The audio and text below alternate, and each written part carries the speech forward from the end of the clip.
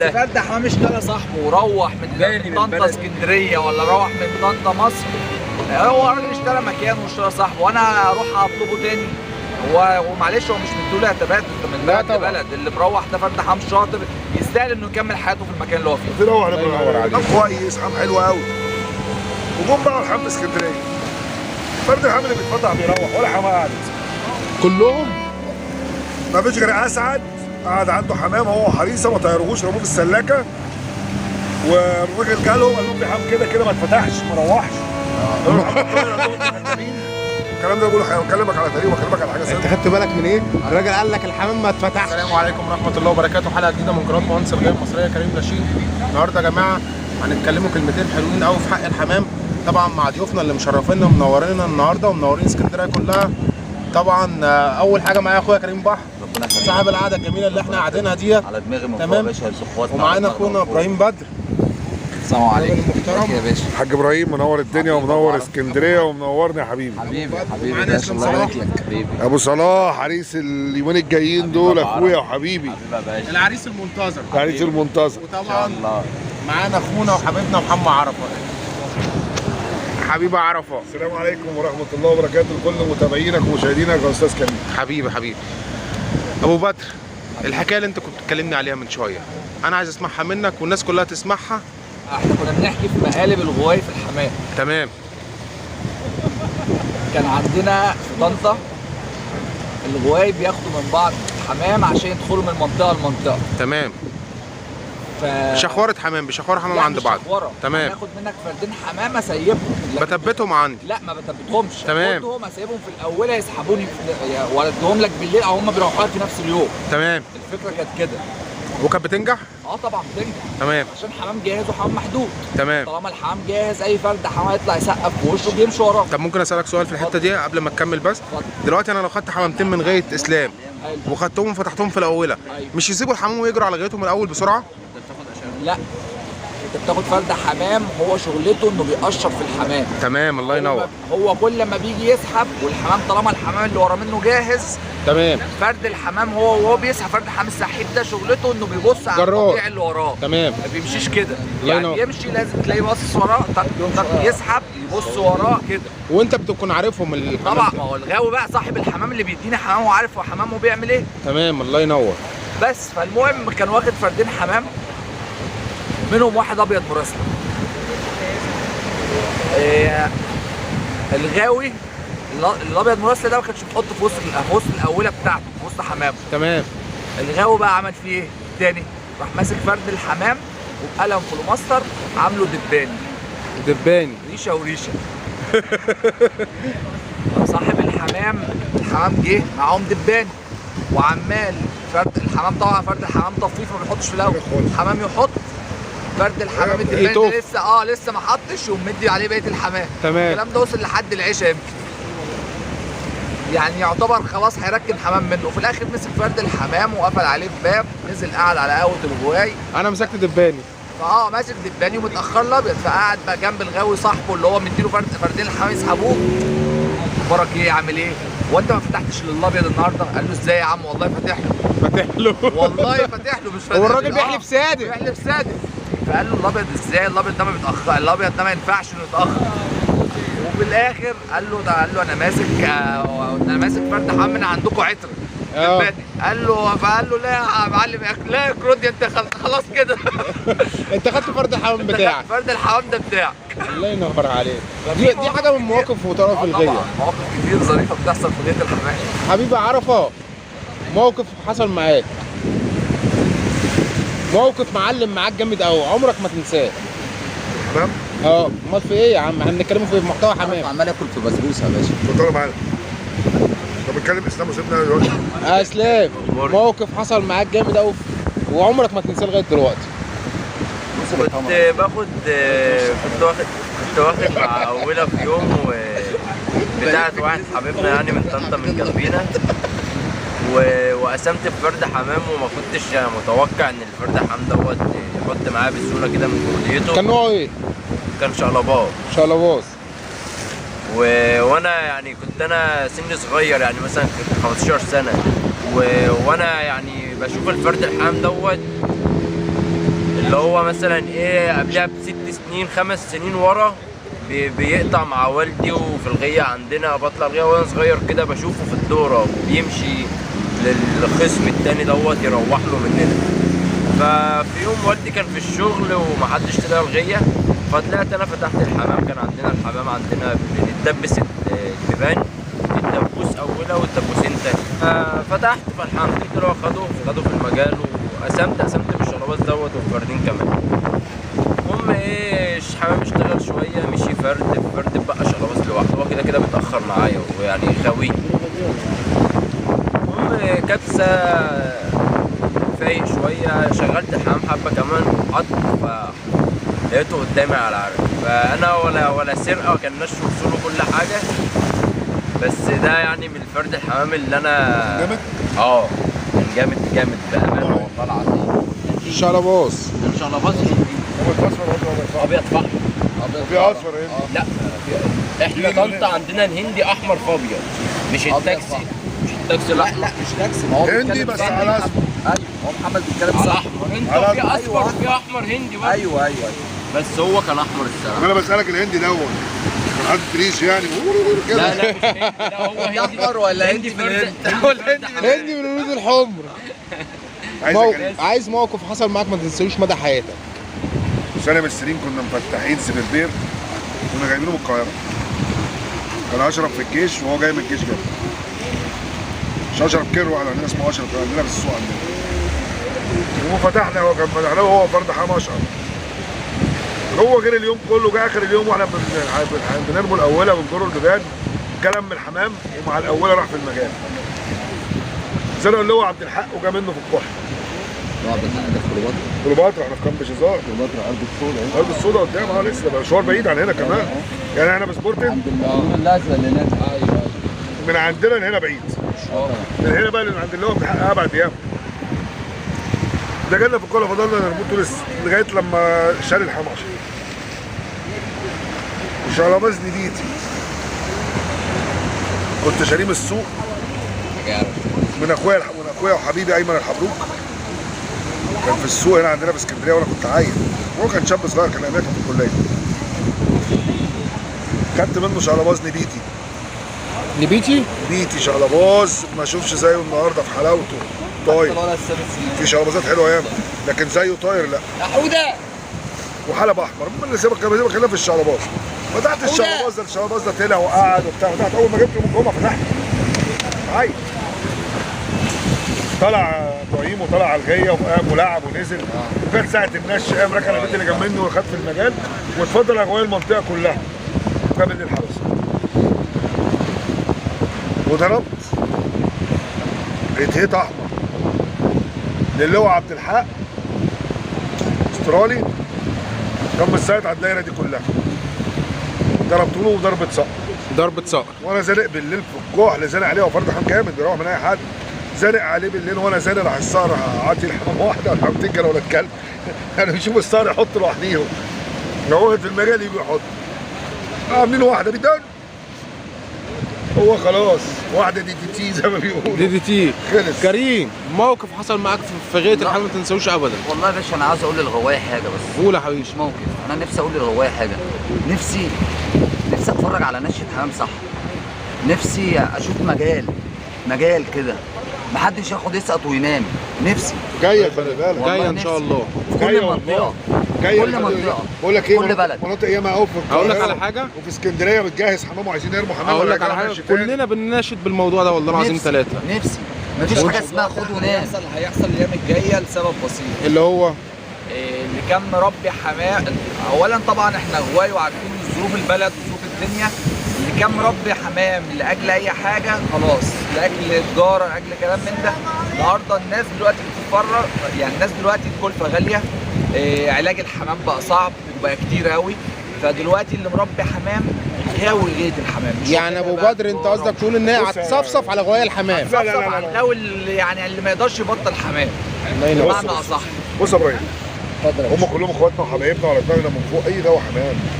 ضعيف او في ناس في ناس دخلت الغيه فاكره ان هو بيجيب هيعمل غيه. طب في ناس معاها فلوس وبتربي حمام مش فاهمه حمام، معاها فلوس في ناس معاها فلوس كويسه يعني، بسم الله ما شاء الله. ثواني، نش جامد الايام الجايه دي ان شاء الله باذن الله. طبعاً. الرمي اللي جاي ده هيبقى فيه نش جامد. طنطا فيها نش على طول، بس هي في اماكن واماكن. في اماكن واماكن ازاي؟ في ناس كتير بطلت عندنا في طنطا، ناس كتير قوي. في غية نزلت، في غية واقفه فاضيه ما فيهاش حمايه. يعني انت تشوف غية كتير في طنطا، بس في نصها فاضي وفي اللي نزل غيته خالص. اشتريت حمام دشار قبل كده؟ اه طبعا. روح منك حاجه فيهم؟ روح مني حمام مصر، وروح مني حمام الشرقيه، الزقازيق رحت خدتهم تاني؟ لا. يعني بيعز على صاحبه، طب وانا هو مش الفرد- بحط نفسي مكانه. مش فرد الفرد حمام مش رضيت- الفرد الجدع ده المفروض تروح تاخده تاني؟ انا بحط نفسي مكان الغاوي. تمام. لو فرد حمام رضيت لي من اسكندريه طنطا، انا هبقى معتز مش بيه هتطلعه. وفرحان بيه. هعمل منه كان سكان. اسمه دوت ياسر في المنشيه. وعرض عليا عارفه. خدت حمام دشار قبل كده؟ انا روح منك يا ابني كتير؟ ما طلبتهمش تاني؟ انا طنطا ودمنهور دول ضحكوا عليا كتير قوي. ما طلبتهمش تاني؟ انا اه يعني في حد اللي هو على اصحابي باخده وفي لا. بص يا عم لا. كريم، انا كنت واخد دور حمام من ياسر منشيه، ياسر قاسم صاحبكم هنا، راجل محترم من منشيه. هو صاحبك هنا. انت كمان صاحبكم. صاحبي طبعا يعني. بروح منه اول فرد حمام روح منه مسكروته، الكلام ده قريب. من طنطا. طنطا اسكندريه. روح سكروته. الراجل اتصل عليا وقال لي لو عايز فرد الحمام اجيبه لك لحد طنطا. راجل محترم. لا هو ياسر محترم. لا ياسر راجل قلت محترم. له يا باشا فرد حمام روح لك، فرد حمام روح لك من طنطا واشتراك. ده انت انا ما اقدرش اقول لك طبعا كلام زي ده كده. انت تنزل غيه وما تنزلوش. لا هو راجل راجل جدع وراجل محترم ويشكر طبعا. انا جالي فرد حمام من دمياط. بعيد عن طنطا دمياط قد ايه مثلا؟ يعني حوالي مثلا 150 كيلو. برضه مسافه. الكلام ده زمان، وايام بقى ما كان في نش في طنطا، في نش. انا كنت واخد حمام، كنت شاب صغير وكنت واخد حمام من منطقه تانية غير منطقتنا، وكنت بدخل المنطقه ديت. انا هسألك سؤال. كان عندي فيهم كشك عنبري ده اللي هو بنيدي بكثافات بنادي سمر بكتفات عندكم سود. يعني. تمام. كان معايا كشك امري اللي هو بكثافات حمر. كتفات حمر. فرد الحمام من كتر الضلمه لما حط انا ما بقتش عارف العنبري بتاعي من الامري اللي انا محططه. تخيل فرد الحمام حط. أنا هسألك سؤال. انا هقول لك، بس انت كنت بتسالني، انا بقول لك الكلام ده بناء على انت كنت بتسالني طنطا فيها ناس شكله عامل ازاي. تمام. كان فرد حمام حاطط، انت مش عارف العنبري من الامري، وهم الاثنين واقفين قدامك على الدار من الضلمه. بالضبط. كان عندي بص يا كريم، هو الحمام كله بيطير. مروح الحمام من بلد لبلد مش مقياس جموديه. فرد حمام مروح من بلد الله لبلد مش ينور مقياس عليك. جموديه. لا صح. جميل. الصافي، طاووس الغيه، احلى حمامه تطير في الغيه. ولما تبات في الغيه كل ما تصدق عليها تقول لك هات كمان. انت حمار رفيع ما فيهاش ريش. حمامه تطير. حمام مورقه صح. حمام ام صندوق دي لو وقعت في قلب صبي دورته كويسه هتموته. فرد الحمام المجرود كويس ومحدود كويس وصاحبه شقيان فيه ينتظر منه اي حاجه في الغيه. يروح ايا كان. هو فرد الحمام زي البني ادم الرياضي، انت اهلت تدريب. واحد من هو صغير بص وجريته وخليته قوي، فهيبقى سواء بقى كان صافي، سواء كان كشك، سواء كان وزار، سواء كان استرالي مراسله، هيبقى فرد حمام كويس. الله يرحمه ويغفر له حريصه. الله يرحمه. سنه من السنين في واحد اسمه ماجد وحسونه في غايه العنب. طبعا بتوع غايه العنب وغايه العنب هتلاقيهم عارفينهم. وهو كرموز اسمهم ماجد وحسونه، فتحوا دكان بتاع حمام، هم وهو كويس قوي. فكنا داخلين على موسم نشر او في موسم النشر، فعايزين حمامتين يفتحوا لهم افتتاح الدكان. فنزلوا القاهره قلبوا الدنيا مش لاقيين حمام. فواقفين مع جو في شبرا عايزين حمامتين. قال لهم في واحد هنا اسمه لينسون بيبيع حمامه. عدى قدام منهم راجل بوبه كده في ظهره كده، هو طاره مات كده. واسعد روح منه حمام، روح منه مسود، روح منه بعد سنه وهو بيعدل الغيه. الغيه كانت على الارض ولا كانت طبليه قصيره صغيره وكبرها عليها كبر الغيه وحط المناره على الحيطه رجلي في الحمام. عدى منه فرد الحمام بالليل ركل على رجل منه، تاني يوم الصبح فلسع. اي حد اللي كانوا بيسمعوا له ماسك مسود بالنار كانوا يروحوا له ما يلاقوش هو. كان مين بقى؟ كان في واحد عندكم في مكوس اسمه رشاد، كانت عينيه خضرا وشعر اصفر كده، كان شغال في السويس. هو جاي من السويس عدى على القاهره فعدى على لينسون، قال له روح قول لاسعد متشكرين المسود جه. اتكسر كده. يبقى الحمام ده كان عامل ازاي؟ ايه ده يا عم؟ ايه ده يا عم؟ بس أيوة كان في جوايا حمام، والقاهره كان فيها حمامه. لا انا شدتني كلمه جامده قوي قالها، قال لك في حمام ما اتفتحش من عندكم. الراجل واثق ومتاكد الحمام هيتفتح هيروح. قال لك يا عم الحمام بتاع مودي روح من طنطا اسكندريه، اول فرد حمام جه من النوم نزل من سوق زكلاوي كان قبل شربوندو. اشربوندو كان قبل شربوندو، وانا ببيع الحمد لله عم فوزي. عم فوزي وديع ايوه، قال له الحمد لله هيروح منك، قال لي ها بقى يروحوا من مش هقول له. واشرف كيرو. روح ياما وكيرو كان عنده حمام كويس. اشرف كيرو يعني انا اشرف كيرو ده برضه علم برضه. اشرف كيرو برضه غاوي جامد قوي يعني، راجل برضه والله العظيم. باع حمام وروح له يا باشا اشرف كيرو ده انا كنت عندي 10 سنين ولا 5 سنين. انا عايز اوصل لحاجه بس في الفيديو، عايز اوصل لمعلومه بس. انا اشرف كيرو ده شاركته سنين، هي تبقى الحمامتين اللي كان الصقر يضرب يبقوا على عرق لغايه اشرف كيرو. ايه المعلومه اللي انت عايزها؟ هقول لك دلوقتي ممكن تاخد حمام من اي حد تثبته في اسبوع، تثبت له غيه كلها. لا في حاجتين خلي بالك برضو غير موضوع جرد الحمام، وغير ان الشباب الصغار كله طلعوا. بس شفتوا لي دي الله ينشف رجلك. الموضوع بقى سلق رجل. موضوع شبكات الدش، شبكات المحمول ده خلي بالك اثر على طريقه الحمام جامد، على خلايا المخ بتاعت الحمام. طبعا وصل على البني ادمين مش على الحمام بس. فهو برضو خلي بالك في حمام كتير شاطر وحمام كتير كويس وصاحبه مجتهد فيه، بس هو برضو الحمام بيروح يعني على الجاذبيه، على كلام انت بتوع الجامعات مش كده. لا بص يا ابراهيم، يعني حتى بتوع الجمعيات بيقول لك مغزى الكلام ايه؟ مغزى الكلام اللي عايز اقوله لك زمان بيقول لك تقفل الفرد الحمام شهر 2 3 4 5 واول ما تيجي تفتحه يروح. دلوقتي انت ممكن تروح تاخد غايه تفتحها كلها مع بعض وتقعد. يا باشا ما انا بقول لحضرتك هو دلوقتي ضعف حمام مع موضوع شبكات المحمول ده اثر جدا على دماغ الحمام. معلش وضعف غوايه كمان. ضعف غاوي. الله ينور عليك. وغوايه ما بقول لك غوايه دلوقتي عايز بيسلق في دلوقتي غوايه كتير بقت عاملاها تجاره، عايز سنه يا شباب الحمام وقف راسه في الاجواب بيع، سنه ورص وبيع. دلوقتي الغوايه تجاره. والناس زمان كانت بتحب بعض.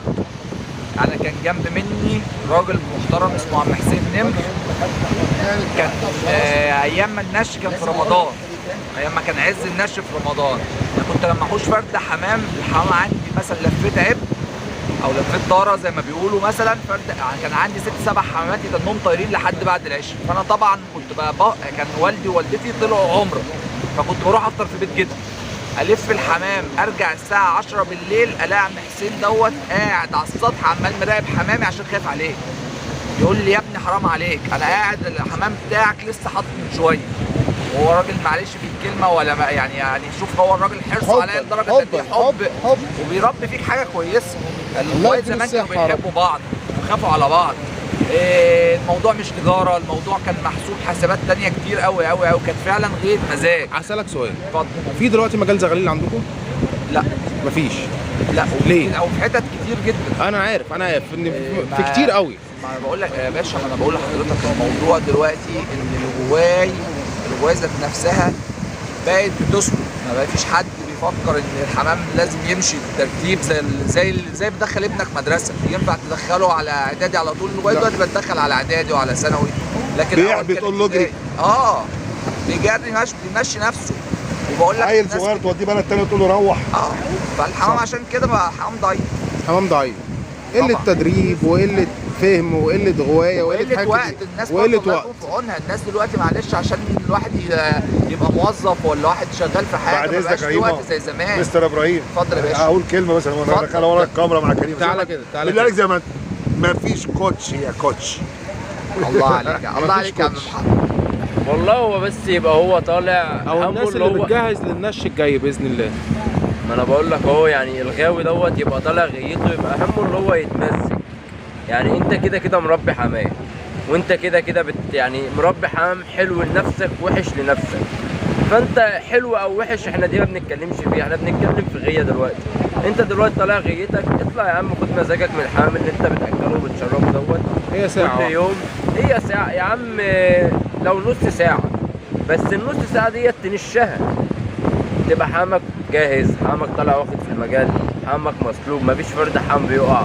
انما في الوضع اللي احنا بنشوفه دوت يعني مفيش ناس. كلمه للناس اللي بتحضر للنش الجاي. الغية غية مزاج، الغية غية نزاهة، مش غية حواشة ولا انا هحط لك 5 ولا انت هتحط لي 3. انت بتطلع، انا لما بروح معلش في كلمة اخد مزاجي من اي حاجة دي انا بصرف عليها. الله ما يبارك. تحطش في بالك ان الغية هتجيب لك فلوس. لو انت حاطط في بالك او شاغل بالك بان الغية بتجيب فلوس لحد، ضيع وقتك ومجهودك ده في اي مصلحة او اي تجارة هتكسب اكتر من غية الحمد. كلمتين محترمين، ده اللي كلمتين أقدر أقوله لأي محترمين غاوي اقسم يعني. بالله. كلمه يا باشا كده للناس اللي بتجهز الفلاش بتاعك مع مين يا كريم؟ معلش، جدع. كلمه للناس اللي بتجهز للنش الجاي. اخواتي وحبايبي واصحابي وانا بحب كل جواي الحمام. ايوه كلمه. يا ريت الجواي ترجع تنش تاني. ولو انت في غيتك تعبت في الاول وصرفت عليها وبقيت الغيه حمام، بعد كده هتلاقي نفسك بتاكل الحمام منه فيه. تركك لو بعت الزغير اللي بتطلع هتلاقي نفسك بتجيب لهم ذره، مصرفهم هيبقى قليل خالص. منها فيها. منها فيها. خليك جو شاطر وخليها منها فيها.